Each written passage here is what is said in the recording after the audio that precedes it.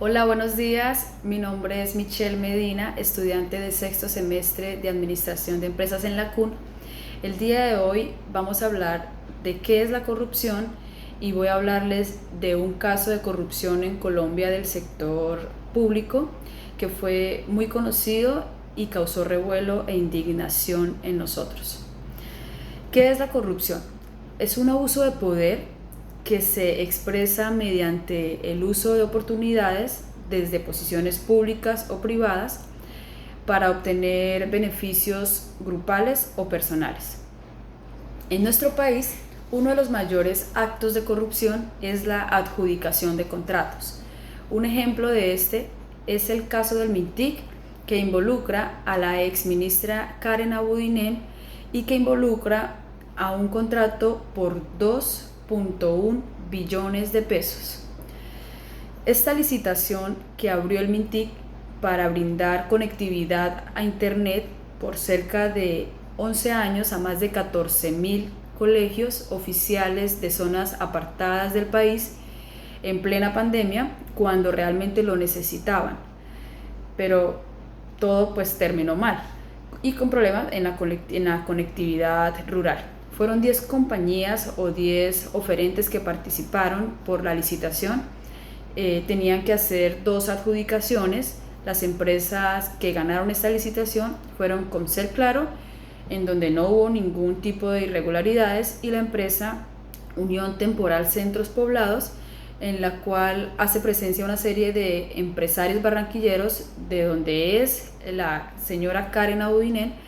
Este contratista fue el que estuvo en el ojo del huracán, a quien se le dio un anticipo de 70.000 millones de pesos que al parecer se embolataron. Cuando este contratista empezó a incumplir, fueron llamados a una audiencia de descargos junto con el Banco Itaú, quien presuntamente había expedido la garantía de cumplimiento. Empezó la investigación y se dieron cuenta que esta unión temporal presentó al menos 3 pólizas falsas. La señora exministra, que había defendido la licitación, entonces sale y reconoce que las pólizas sí eran falsas y que va a hacer hasta lo imposible para que retornen el dinero. Pero el contratista sacó el dinero del país con la excusa de comprar un montón de materiales para cumplir el acuerdo. A hoy hay 70.000 millones de pesos de nuestros recursos perdidos, y los niños y niñas de zonas apartadas siguen sin educación virtual y no pasa nada. La Procuraduría apareció en escena como ente de control. Su labor era abrir una investigación en contra de la ministra Karen Abudinen por las irregularidades de los contratos celebrados para la construcción de centros digitales.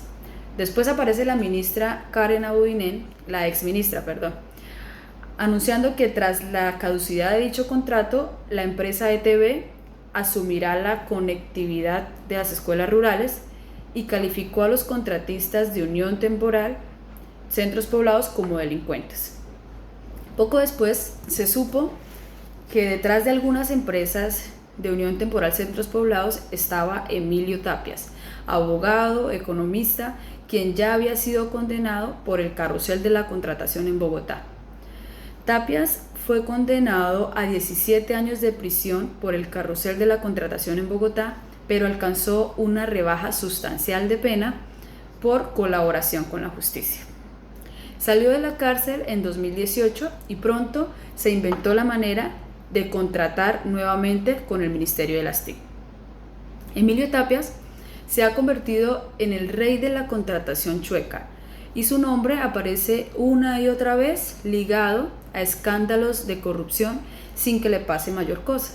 Parece usar reiteradamente estos instrumentos para seguir enriqueciéndose con la contratación pública. Ahora hablemos del insólito preacuerdo que Emilio Tapias cerró con la Fiscalía. Establece que solo sería condenado a 55 meses de cárcel y devolvería una suma simbólica de menos de 2.000 millones de pesos, de los 70.000 que recibió como anticipo. Se supone que los preacuerdos y principios de oportunidad están legalmente diseñados para desvertebrar organizaciones criminales, reparar a las víctimas y garantizar la no repetición de estas conductas. La exministra de las TIC fue denunciada por el detenido Emilio Tapias, quien le atribuye 5 delitos, los cuales son: interés indebido a la celebración de contratos, contratos sin cumplimientos de los requisitos legales, falsedad en documento público, fraude procesal y peculado por apropiación.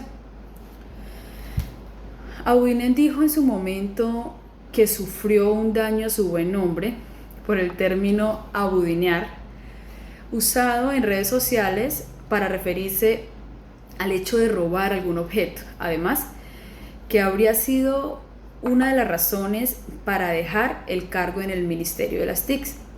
De hecho, pues ella afirmó que debía asistir a un psicólogo.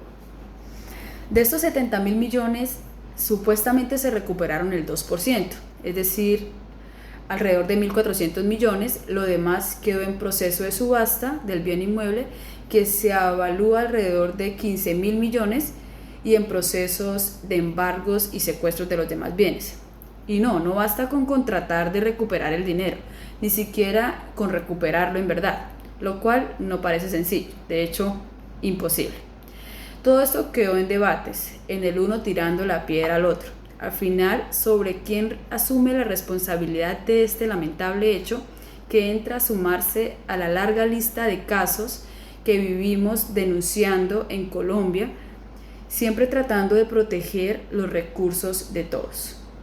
Mi posición personal frente a esto es que pienso que este tipo de casos deberían ser sancionados penalmente de la misma manera en la que se sanciona a un individuo por cometer un homicidio o un hurto, sin derecho a rebajas sustanciales de pena, a beneficios como la detención domiciliaria o comodidades absurdas dentro de la penitenciaria. Muchas gracias.